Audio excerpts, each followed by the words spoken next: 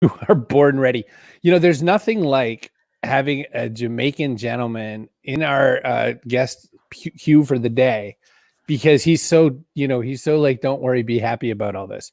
And I'm just like, it's not going to work. We're all going to die. And he's like, and we just had such a good old time. So we've got Chloe, Michelle's here. Yes. So my only teacher in college that never had a problem with students rolling in late was from Jamaica. And she'd be like, "May soon come." She would say, 20 minutes in, people still coming in. She was totally fine with it. I've come to learn that no particular culture, no specific one culture has that in common because Mexico has Mexico time. I was supposed to go on stage at 11 a.m. I started at 7 p.m. Oh, wow. Because, I messaged Mitch Joel, like the very anxious East Coaster. I'm like, what the hell, Mitch? He's in Canada still. He's like, no, that's how they do it in Mexico, man. Good morning. India, the same. So we got John, we got Carol. Woohoo! Everyone's like, oh, we got straight hair Carol from YouTube. Oh yeah, straight hair Carol from YouTube. We got Phillip Ashley. So we're going to talk about the minute I heard you say blue cheese and chocolate, I'm in. Like I want to know about the whole thing.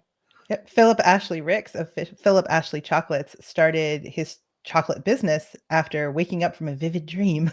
And so he switched his whole career and self-studied. So we're going to talk about how he became a chocolatier. We also have David Mullings, and we're going to talk about some things that nobody's ever heard before about him. He's a venture capitalist. He's also a philanthropist. We have a lot going on. And we're going to talk about some fun game-related things. Right. And David's a money guy and, a businessman and a very serious. We're going to talk about like Halo and comic books and all that because it's the Backpack Show, kids. Whee!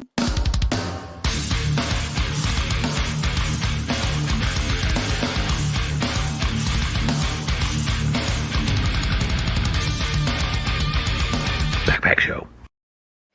So success insights from unusual places. Do we have that today? We have some unusual places and we have brilliance. It's going to be a perfect show. Coach Woodard's here. We're rolling in a couple minutes late because we do it. Oh, we got both Carols. Carol. We have your dad. Hi. Hey, Dad. Hello, Bob Collins. Listen, I never asked for this sort of thing, but I'm kind of pushing for it a little bit lately just as a test. Push share whichever platform you're on, or tweet it to wherever you want. Just get more eyes in here. That's what I want. I want to see if we can like double the number just for entertainment value. Woohoo! I mean, who's here is the right people. Whoever comes late, Hey, that's how it is on island time. That's right. We're on island time now. I'm ready for a festival. That's what I want to have. All right. Listen, I'm dragging David Mullings in here. We're going to talk about shenanigans for sure. David, hello. How are you? Hello. I am good. Nice to see you, Chris and Kerry. Thank you for joining us on the Backpack Show. It's so good to see you. No, no coffee. No coffee. Deb wants to know if you're going to have Blue Mountain coffee. Well, I should have brought some, but no, I didn't need it to wake up this morning. I don't know what got me following you on Twitter, but it was such a gift right from the start. What I see every single time I see you is, you're saying great things about things going on in Jamaica. You cover the bad things too, but you share all the great things in Jamaica. You share a lot about what's going on in the world, of course. And then you geek out and talk about video game nerdery, like a lot of Halo, and you stream on Twitch. I have to think you were probably one of the wealthiest Twitch streamers running in venture capital land, but who knows? He had to get on Twitch. He's like, he wants to make some money and play some Halo too. So that is something I do think about, and so I would say I do actually consider myself a venture capitalist. I think of myself as more of a growth equity investor, so private equity and venture capital. Good to know. But Blue Mahoe Capital intends to go public next year here in the US, and I would love to become the most popular Twitch streamer who is the CEO of a publicly traded company. Oh, everybody loves your accent. I love it. Say more things, David. Well, that's a question though. Let's start there because business professionalism tends to want to shave the edges off of things like that. But you brought it and kept it. And I assume that when you talk to the kinds of people you work with in your business, you also probably encourage them to be who they really are. How does that go? And what made you know that that's how you should approach it? So it was interesting, growing up between Kingston and Miami, we had people I would meet with who would say, hey, you need to get rid of your accent and speak like Americans speak, pronounce words the way they pronounce them. And so in Jamaica, we call it twanging. And we look down on twanging. We want to be authentic. So we speak the Queen's English with our Jamaican accent. And what happened for me that made me realize I needed to keep my accent as much as possible was that I noticed that I was treated differently from Black Americans. This is something we have to acknowledge as Caribbean Americans. Our lived experience is different. So when somebody would see me for the meeting, they would make their judgments based on stereotypes. And then when I open my mouth, I get treated completely differently. Oh, you're Jamaican. I've been to Jamaica. I went to Dundee Falls. I like Blue Mountain coffee. It would completely change what people talk about. And they would bring up Bob Marley and reggae music. You're saying both. So it's a disarming thing. And then, of course, when I was single, I'm now married for 13 years, but when I was single, if you go to a club, especially in Miami, and the accent comes out, you have no problem getting a dance, right? The ladies just love your accent. So. Really? Because where's that Boston accent, Chris? How's that working for you? Boston accent gets you nothing.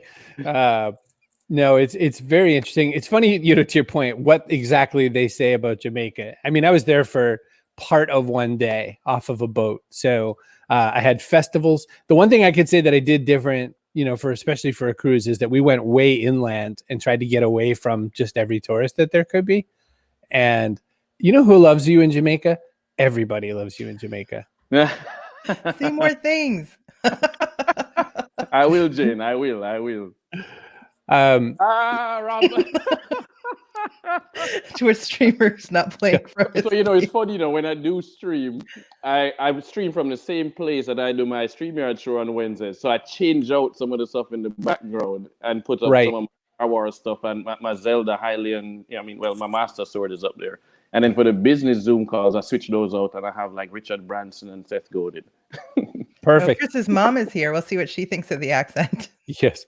So beyond that, and speaking about streaming, you were telling us this story, and I want to recount it just because it shows to the power. So you have your own show on StreamYard where you stream it out live to LinkedIn and some other places. And you were talking about this agriculture person. I want to hear that story because I think people need to hear it to understand the value and why we'd make a show like this.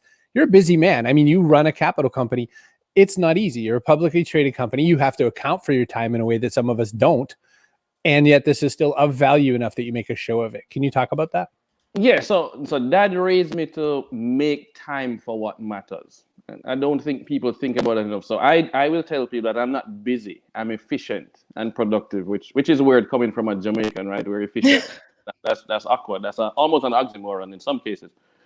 But for me, I did an MBA in marketing and international business from the University of Miami. And that taught me how important marketing was for business. And I didn't want to depend on the media to tell our story. I've seen too many mistakes made, and I don't understand the capital markets. So I wanted to do live streams. I did a test on Facebook with just my phone and just a live stream, got some feedback. And I was like, great, let's now find a platform. And then what would I talk about? Well, I used to write a column every Sunday in the Jamaica Observer, the second largest newspaper, for 2.5 years, covering economic growth, political, stories. And I decided I should tell more of that. I want to share my knowledge, but get other people onto the show. And so this is Joseph Powell of Mapex, is a US-based company that has a Jamaican subsidiary. We went to high school together. His dad is my brother's godfather. My father is his godfather. His brother is my son's godfather. I could never keep that straight. Yeah. We just consider each other like god brothers, which is not a word, but that's, I like it. And I said, hey, I sit on his board. I'm on his advisory board. He's one of my earliest investors. And I said, you need to come on this show. We have to talk about the future of agriculture in the Caribbean. 45-minute show. And I sat down with him this Tuesday morning. He said, David, whatever you're doing, it works. Keep doing it. I said, why? And he says, within 2 weeks of me going on your show and your team created micro content and pushing it out all over the place like Gary Vee, Instagram, LinkedIn, Twitter, Facebook, a lady reached out to him and said, hey, let me introduce you to these Kenyan founders who grew up in the US, moved back, and they created a platform that essentially is Airbnb for tractors. They can rent out the equipment for these farmers and generate revenue for farmers. And he ended up meeting with them, and they want to make him the exclusive partner for the Caribbean and Latin America region for this platform. So 45 minutes out of your day to do a video online, not having to leave your house. And he's generating business for his company. David, if you think of it, can you just hold that mic cord away from you? I feel like your very nice suit is making some noise when it rubs. I need clothes that make a noise like that. I'm impressed. Me too. I don't. That was funny. I remember. So I did a photo shoot right back in November with Michael Leach, a Jamaican Canadian billionaire who is my mentor. And I remember going to the store and saying, "Hey, I need a suit that when you look at it on the cover, people want to scratch it, right? The quality, you should want to scratch the suit. It should just look like the texture should be there and the shirt should be that way." And they went and they got me all this stuff. And so I'm wearing the suit and the shirt in there. I love it. And I've never heard anyone ask for a suit that way. I need a textured suit, but it makes perfect sense because you're thinking ahead to what is that going to look like on a magazine cover. I did have somebody ask me if they could touch my suit once, and I was like, no. So again, dad and mom, growing up, they were very particular about that. Like, you need to have tailored suits, you need to look a certain way, dress for success, dress for the job you want, not the job you have. And I remember 7 years ago, we raised our first money for our investment firm. And I was invited by the Jamaica Stock Exchange to speak at their January event. So this is huge event, big CEOs, the Prime Minister of Jamaica is going to be speaking. Michael Leach is going to be speaking. And so I went to the store and I said, "Hey, I need a full outfit, head to toe, shoes, everything, belt that will go toe to toe with a billionaire and the Prime Minister of Jamaica when I go on stage." And this lady did my measurements, left, came back an hour later, and was like, "All right, so here's a suit, here's a shirt, here's a tie, here's the cufflinks, here's the belt that matches the shoes." That was the first time in my entire life that I had fellow men complimenting me on the cut. I'm walking into this hall in Jamaica, and I have guys saying, "Man, you look sharp. Wow, your suit looks so good. It's so cut. Where did you get it tailored?" I'm just like, wow, I didn't realize people pay that much attention to that stuff. I only have one story vaguely like this in my life, which is I was about to do my first consumer electronics show, CES in Vegas, biggest tech show in America for sure. And just before going, this lady who had done many of them said, "So you're flying in there tomorrow?" And I said, "Yeah." And she said, she looks down, she goes, "Are you going to wear those shoes?" And when a woman says that, what she means is don't. Don't. And I said, I was thinking I need some new shoes. What do you think? And so she says, "Go to this store at this mall, and there's a really nice guy there. He'll probably be there. Go get the shoes." I went, and it was this very nice man, and he was fabulous, and he picked out my shoes for me. I have never been complimented on any item of clothing I own. All at the airport, the person who took my ticket said it. At the gate, the person who looked at my ticket again said it. And when I sat, the flight attendant came and sat with me and just talked about my shoes. So much that I thought it was crazy. So I just, that's all I have to share with you, kids. That was it. No transition. This is a 90-degree segue. I have no reason to talk from this to that. You also play video games. You play Halo, which we both love. Halo was one of those games that changed my mind about what you could do with a video game. I'm curious if you ever bring that into business context in any way, because I had at one point wanted to write a book about what CEOs could learn from video games, and I learned that 94% of CEOs don't like video games. You are the 6%. So tell me about if you've ever done anything like that. Yeah, so I have, and so Halo and Destiny. Now Destiny 2 are the two that I play the most, and I play Zelda Breath of the Wild on Switch as well. I'm a huge Nintendo fan, and so yes, I bring it up a lot. And in fact, everybody in the company complains that I keep talking about video games and soccer, sports as two ways to look at business, because the way I bring it up is Zelda is my best example, because it's a role playing game, not turn based. I prefer action RPGs, but you have to have a goal. And then you need to figure out how to achieve that goal. But most importantly, you talk to people to solve problems. So I need to learn to communicate. The choice I make in that conversation can affect the outcome. So I can choose to respond to somebody usually in three ways. I can be negative, right? I can just be normal, middle, or I can be positive, right? I could be angry, I could be upset. We face those same decisions every single day in life. Somebody does something to us, we can choose how to react in that meeting. In the same way, in a game like Halo or in Destiny, we're playing on a team, right? Halo 5 is 4v4. Destiny is six people in a raid. We need to do communication. We need to practice. We need to assign roles and stick to the roles. If I tell you that your job is to stand on this ridge, use a sniper, and shoot the boss in his head after I drop a shield around him, then you need to do it. So it forces people who are not in the same room to learn to communicate. That's what I love about raids in Destiny. None of us are in the same room, but we have to communicate. So it's about how you use the games. Right? Games are a tool. I tell everybody, games are a tool, just like a phone or a hammer. You can use it to create something, or you can use it to waste time. I think too many parents don't understand how to use games productively. And a simple example that I would close with is my oldest son, Luke. He's 8 years old. Luke, as in Luke Skywalker. He really is named after Luke Skywalker. Yeah. When he was learning to count at 5 years old, we had him playing Zelda Breath of the Wild with me. So he would read all the text and he would read it aloud. Any words he didn't know, we would then ask Siri, what is a plateau? But then he learned to count with fire arrows. Oh, Daddy, you have 16 fire arrows left. I was like, how did he know? He's like, because he shot 4 of them and he saw it go from 20 to 16.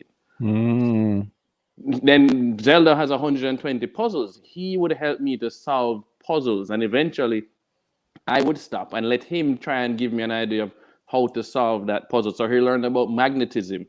And I never forgot one day, it's Florida. So that means it rains almost every afternoon. And we are the lightning capital of the world. And so it was raining when we wanted to go for a walk. And Luke said, hey, Daddy, we can't stand near a tree and we can't wear anything with metal. I was like, wow, that's smart. How do you know that?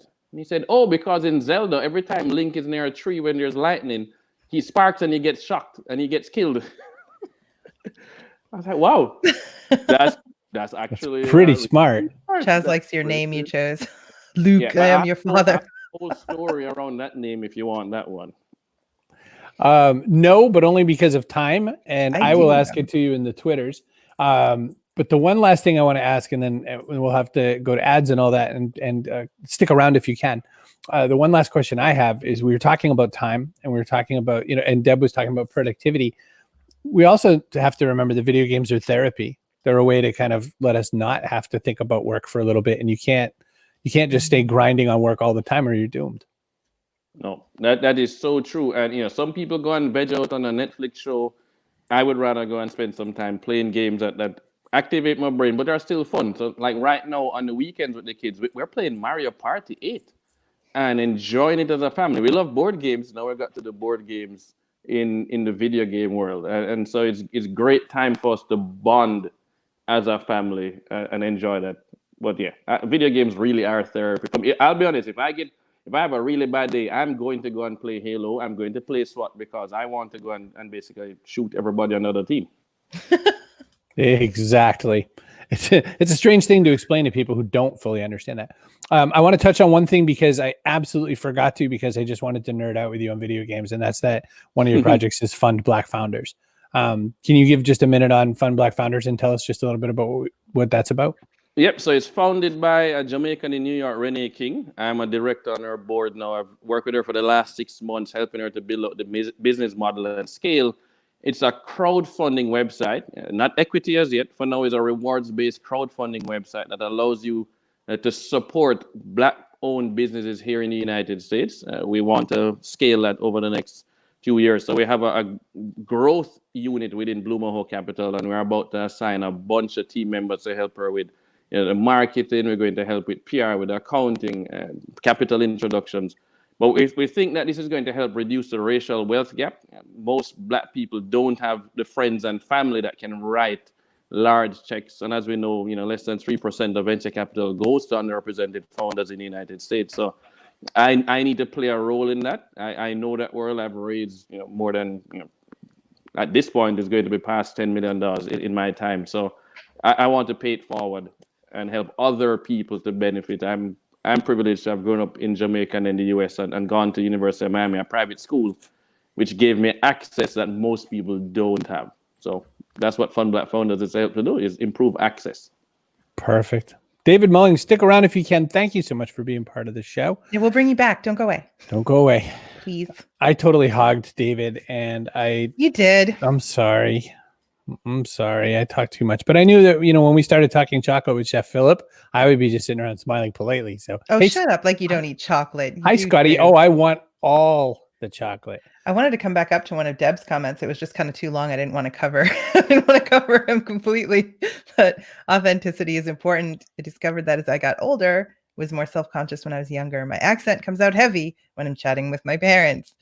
So I don't really have a lot of an accent, but it does. If it's going to come out, it comes out when I am mad. I guess would be the polite way to say it. I have the other problem. I have the chameleon problem. So wherever I go, I sound like the people I'm near.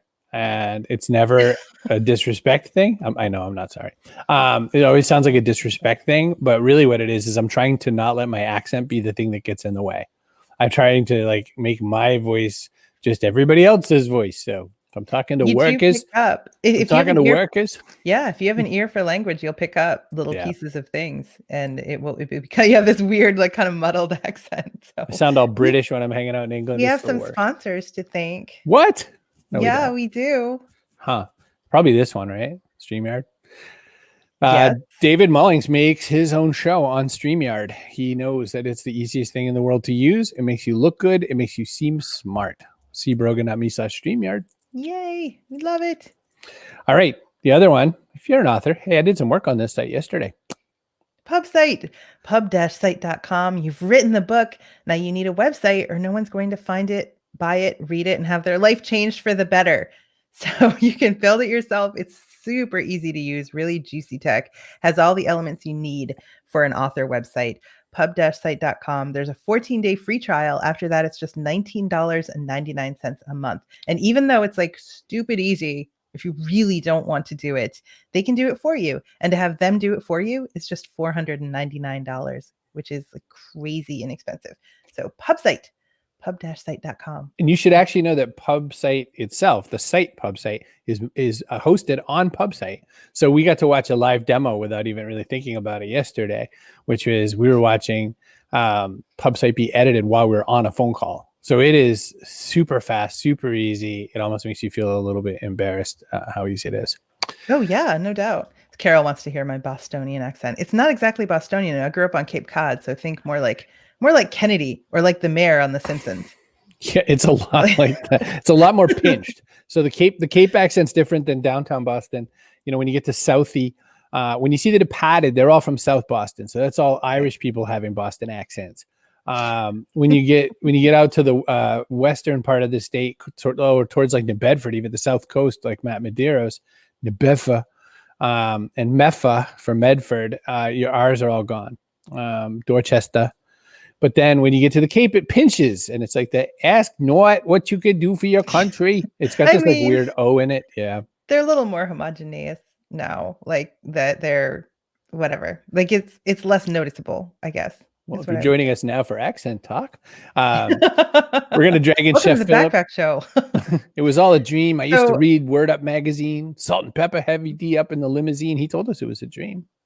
Willy Wonka of chocolate. That's what people call Chef Phillip. Really? From Phillip Ashley Chocolates. Phillip Ashley Rix, had a whole different career, had a vivid dream, woke up and decided to become a chocolatier. And it wasn't like he already knew everything he needed to know to do it. He had to learn everything he needed to know to do it. So I'm thinking that previous career was a combat piano player. I think that's what he did. You're a combat piano player, right? Yes, was. Oh no, you're a little slow. Oh no, he's on like public Wi-Fi, so we might be a bag of messed up. You might have to turn the Wi-Fi off. Are you there now?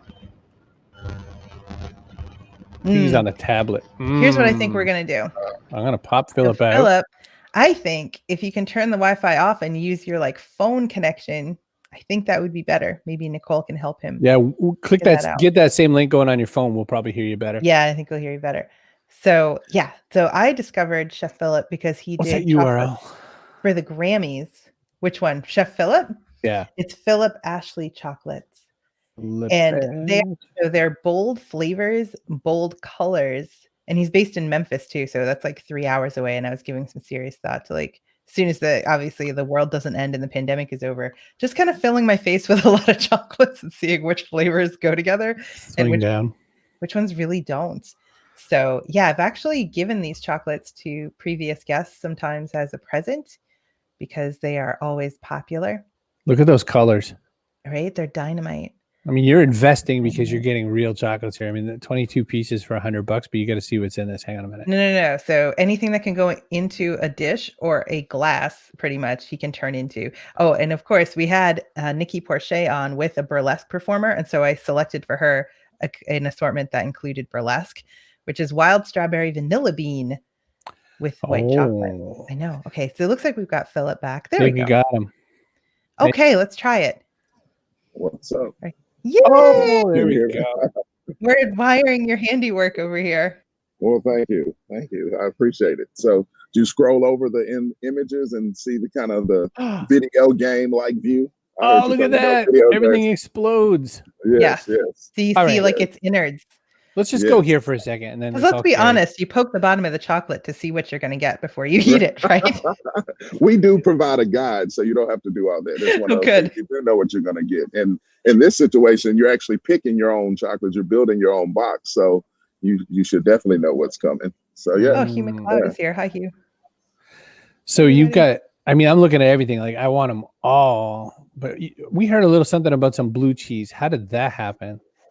So basically, I get asked to design chocolates for a lot of different things, shows or inspired by music, etc. And so this particular chocolate, Savoy, they said, hey, here's some music from Stax and Sun Studios, and one of the songs was a song written by Eric Clapton for the Beatles called Savoy Truffle, and started looking up Savoy region area around the French Alps. They're known for cheese. I wanted to do a cheesecake chocolate, but not with regular. And so I was like, let's put blue cheese in chocolate and make it work. And now it's our most popular flavor. So Our most requested chocolate, French blue cheese, white chocolate paired with fresh cow's milk blue cheese.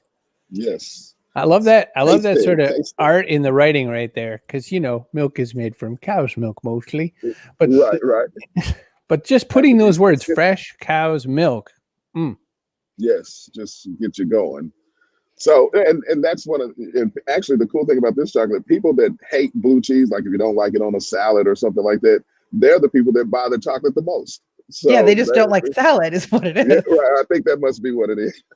They don't like the lettuce. So Okay, I need to know about this dream that caused you to wake Okay. up and go learn to become a chocolatier and to slap things like barbecue into chocolate. Like, Right. what was this dream about? Is it So like I was- PG-13? yeah, oh yeah. Okay, cool.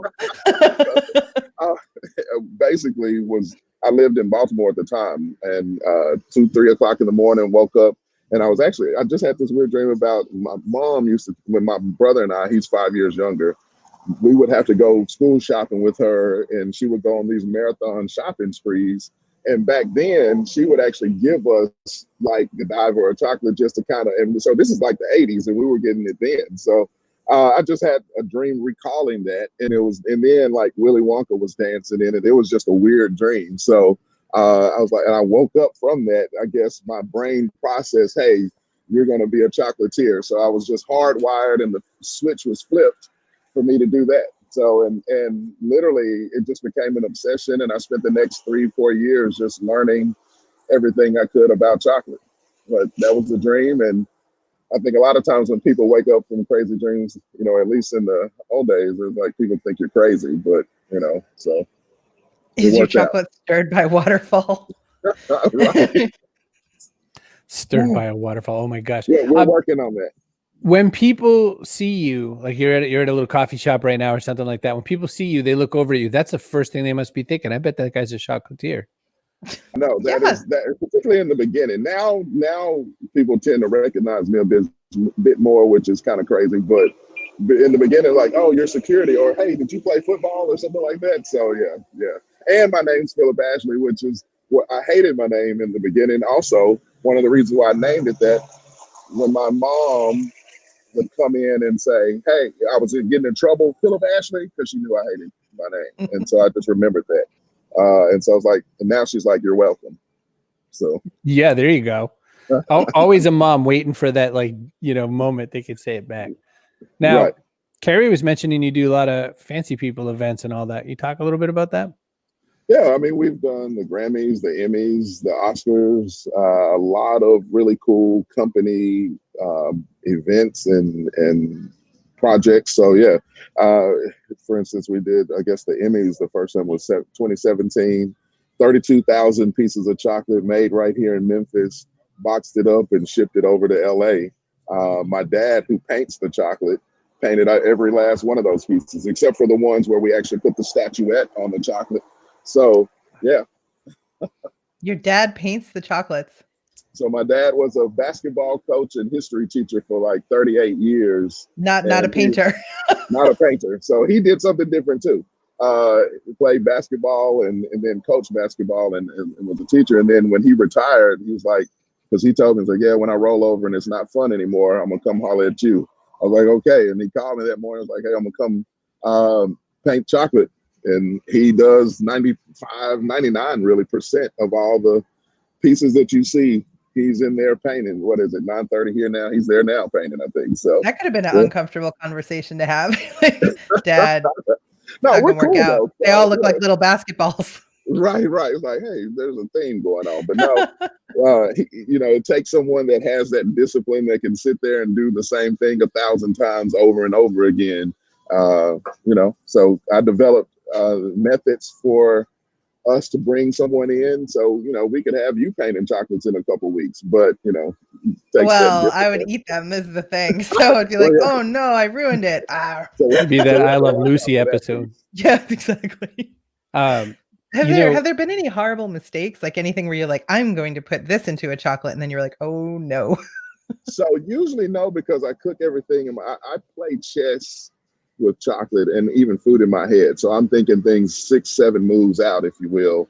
But there was one chocolate. The one chocolate that got away was a beer, hops, and bee pollen chocolate that I was going to do.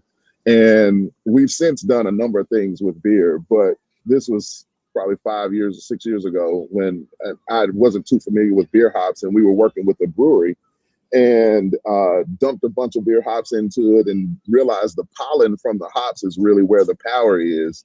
And so it was a pretty bitter chocolate and kind of was like, oh, this is a bit much. But I did paint the chocolate look like Starry Nights. So that was cool. Wow. So not your dad? Did your dad do that? I did that one. So a lot of those pieces I do. I typically do that. But yeah, so. So you said you learned about chocolate. Now this was like a 2 to 3 year process, and you were teaching yourself. Yeah. So what did that look like? Eating a lot of Mars bars now. Yeah, right. So the cool thing is, I grew up around cooking. My grandmother taught me how to cook. She said, you're not gonna burn my house down playing with fire at the gas stove. So I'm gonna have to teach you how to use this thing.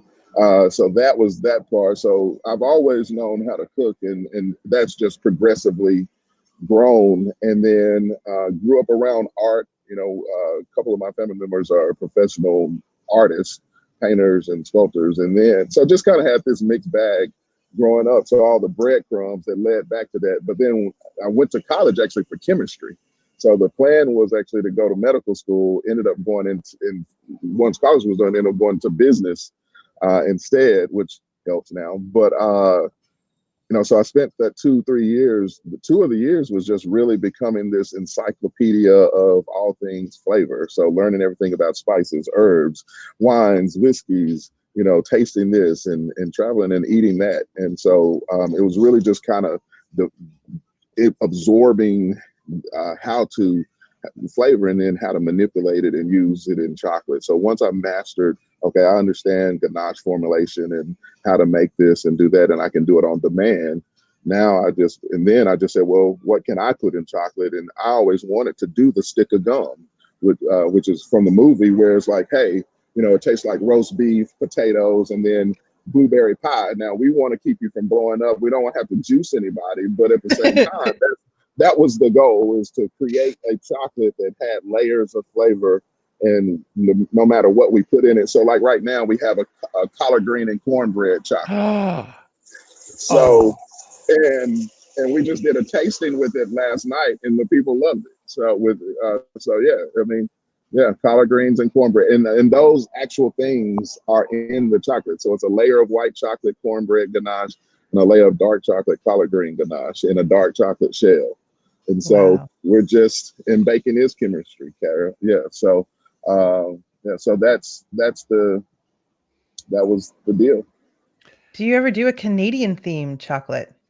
We have done, as a matter of fact, we're doing some chocolates for a Canadian company right now. And so we even had some maple leaf molds made just for them. So, we're using them in general, but yeah, so we've done a lot of really cool things. We'll say, well, what does your brand taste like? Or what does your event taste like? Or, what do you want your wedding to taste like? And And so really trying to get down to the essence of, who you are, what you're doing, and, why you're doing it. And so then we turn it into a flavor. And they're like beer and bee pollen. That's what my wedding tastes like. Fix it. Right. So go for it. So, yeah. But, well, you got to see some of this. You got to look. So I'm over here, like you're all talking chocolate. I'm looking at them. So I'm looking at Wonder Woman. So I'm like, what would Wonder Woman taste like? That's a whole other question. Cherry pomegranate molasses, our own superfruit molasses blended with dark chocolate. What makes that Wonder Woman? Well, again, dark chocolate, antioxidants, good for you. Cherry and pomegranate are very beneficial fruits, superfruit. So again, I was, super. I didn't like calling it Superman as much. So I was like Wonder Woman. Mm-hmm. It was just a better There's artistry even in the naming. Even painted in her. Right. Her colors are even represented on the chocolate. So yeah. That's that. And I name the chocolates based on what it's inspired by or what we're coming up with. I think the 2 o'clock in the morning, 3 o'clock in the morning is a theme because I'll think about what it is that I'm trying to create, for a few days, and then I'll just wake up and start writing the formulas, and then I'll text my folks and my sous chef or somebody like, here's what we got going, and so they're used to that now too. So. Scotty Greenwood points out that, and she works in America, but she does a lot of American-Canadian relations in like the last 3 jobs I've ever known her in. She says, dude, I would totally purchase Canadian and American chocolates. So I feel like Scotty's going to have to get in touch. Is that how people do it? Like when they want something that's not on the site, they just reach out through the email form or contact form or something? Is that what they should do? They holler at us via the website, Phillip Ashley Chocolates. But, some people just contact us straight. They just run you right down in the street and tweet you. Or I get asked, hey, did you bring any chocolates with you? I'm like, no, then it's 90 degrees. Well, they think you just have them on you, like you wear a big coat. Your pockets. Yes. So, but yeah, contact us via the website, and which is most people what they most do, and we come up with all kinds of things, and we're working with a few brands right now, developing chocolates for them, and coming up with some crazy flavors. Carol wants to know which company is the Canadian one. I don't know if you're allowed to say, but can you? They're real estate developers and an art gallery. So I don't know if they're out of. Question's never as good as the dream. You want to think it's like Canadian Tire, but it's not. Any chocolate with lychee? We have done that. We did a rose and lychee chocolate, I guess, a couple springs ago. So can you make a Bob Collins? Smoky Scotch, smooth honey, deep dark chocolate. There's some great looking flavors. Patois looked really good. Yes, we do a lot of spirit infused chocolates. So, yeah. So Scotty wants to know where you're located. Memphis, Tennessee, correct? Yes, Memphis, Tennessee, and we ship all over the world from right here. So we can get it to you wherever you are in America or in pretty much just about most countries. Any tea flavored chocolates? Now we have another collaboration. Ivy's Tea Company. We had Sinead Jones on. Tea infused. We're doing some chocolates with Uncle Near's whiskey. Those are on the site right now. So if you're any whiskey fans, our bourbon caramels use Woodford Reserve Double Oak. I'm here for it. Yeah. So you could call it garbage chocolate flavor, and I would eat it because chocolate's in it. But you got to see, like, Stolen has Stolen Spirits smoked rum. Sunrise has blood orange tequila creamsicle. I mean, this is, you got the liquids. Oh, and Chris was all like, "Oh, the chocolate. You'll just talk to the chocolate guy." And I'm like, Well, and then I had a question because you're doing Emmys and Oscars and all that kind of stuff, and there's always that kind of, you're at an elevation because you're a chocolatier chef, so it's not like you're the help. But do you have any good dish on any super famous fancy people who you ran into that there's, you can't believe you got a chance to shake their hand because you're a chocolate man?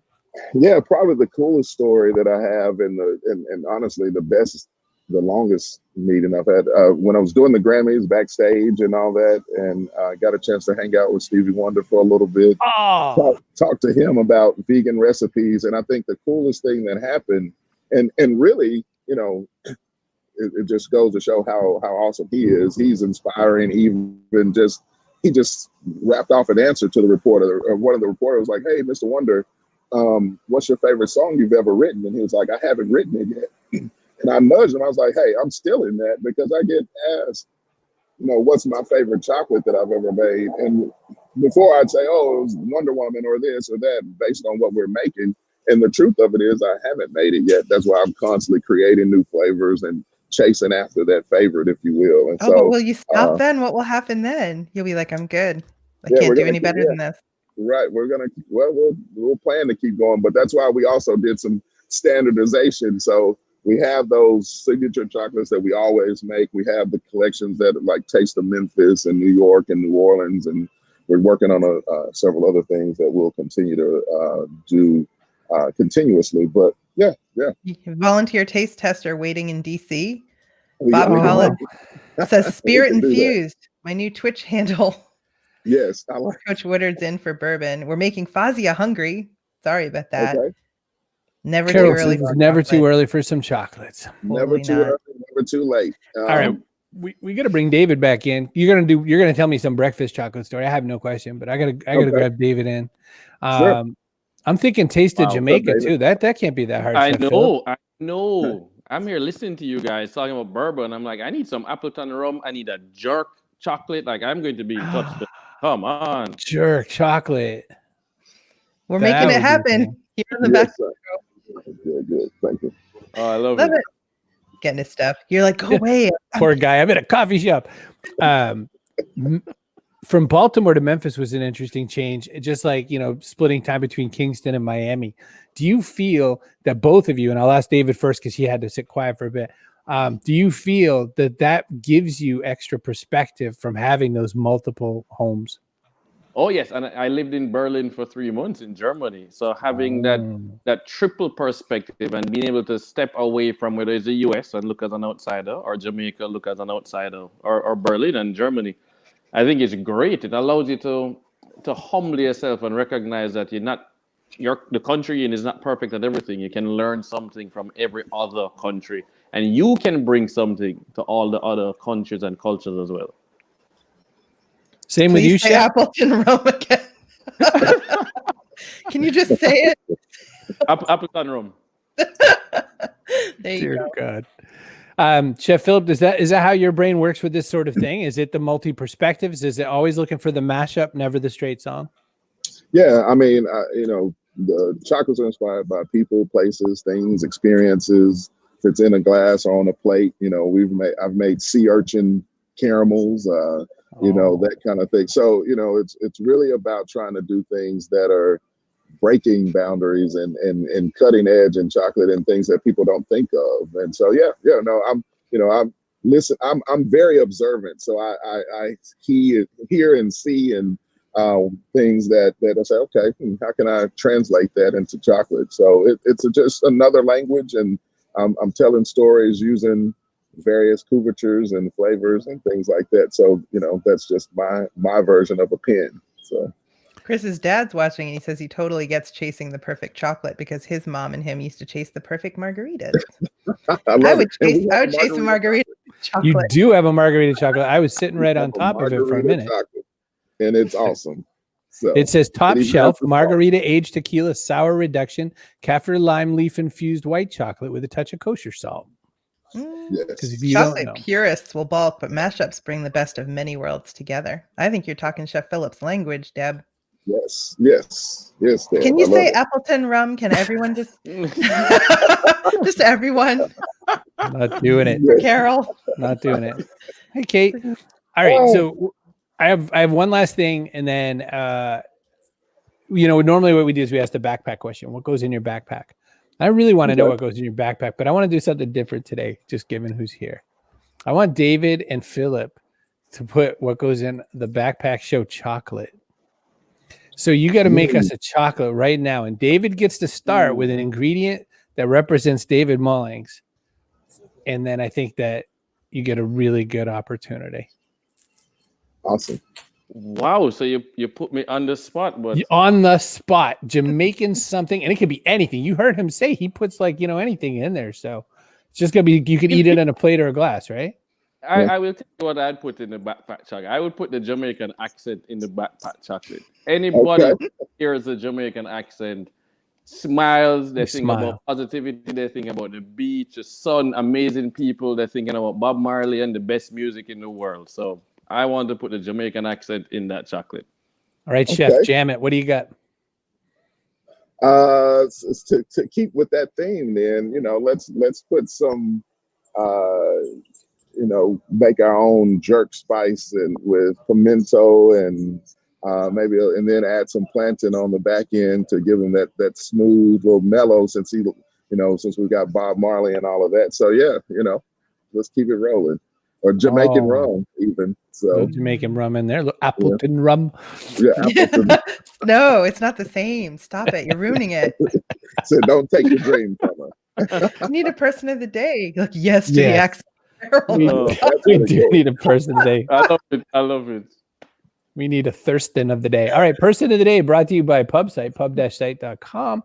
You have a big, beautiful, juicy apple on that screen. I had thought, I never saw anybody get so motivated to talk when they started hearing all about this chocolate. And that's my friend Scotty, who I shared a plane ride back from Mexico City and learned all about this wonderful person. So Scotty gets to be our person today. That entitles you to cannabis chocolate. Well, she needs a Canadian chocolate now, so we got to figure that out.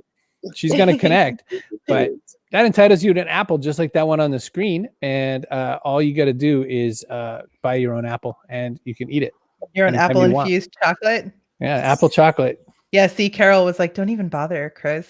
Whatever. It's not the same. Can't do it. That's All right. unkind, Carol. I can't not ask the backpack question. So what goes in your backpack? The question is like this. Basically, the world is, we're all shifting sands. You can't bring everything. You can only bring a little something. What goes in your backpack, metaphorically or physical? Just one little thing that helps people get better for the next whole 5 years. Well, Who do you I'll want go. So for me, it's going to be a surprising answer, I think, but it's actually the Dao De Ching. For me, is what I would bring. It's something that I read almost every day. It helps to clear my head, to focus on what's important and what do I need to do next. So that's, if I could bring one thing to always be in the right mindset, that's what I'd be bringing with me in the backpack. I like it. Chef Phillip. So metaphorically, I put my imagination in the backpack. So that's been the thing that's allowed me to kind of come up with, get out of situations or create, opportunities or, figure out solutions for problems, that sort of thing. So I would do that because with that, I could, if we need to make some rope or, start a fire or whatever the case may be, we can figure it out. But imagination would be my thing. Well, if my grandmother were going to add something to the backpack chocolate, it would be a mix of margarita, Toll House chocolates, and also one massively major ingredient,